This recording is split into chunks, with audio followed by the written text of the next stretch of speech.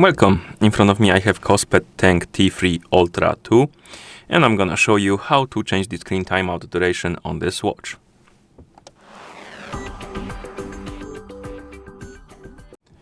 So the first thing we need to do is to wake up the screen, and you can do it by tapping on it or by pressing the select button. After you wake up the screen, press the select button again to open the menu. Then scroll through the menu, look for the settings icon and tap on it once you see the settings icon, of course. Next, find the option called brightness and display and brightness, my bad. And once you find it, tap on it. No, I tapped on the wrong thing, my bad. Display and brightness. And here, find the display duration and then tap on it, of course. And now you should see the list of durations you can choose from.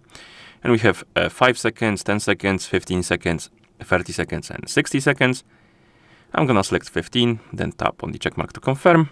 And then I'm gonna press the back button to go back to watch face, and my screen should turn off after 15 seconds of inactivity. So if I won't touch the screen or buttons for 15 seconds, it will turn off to save power on your watch.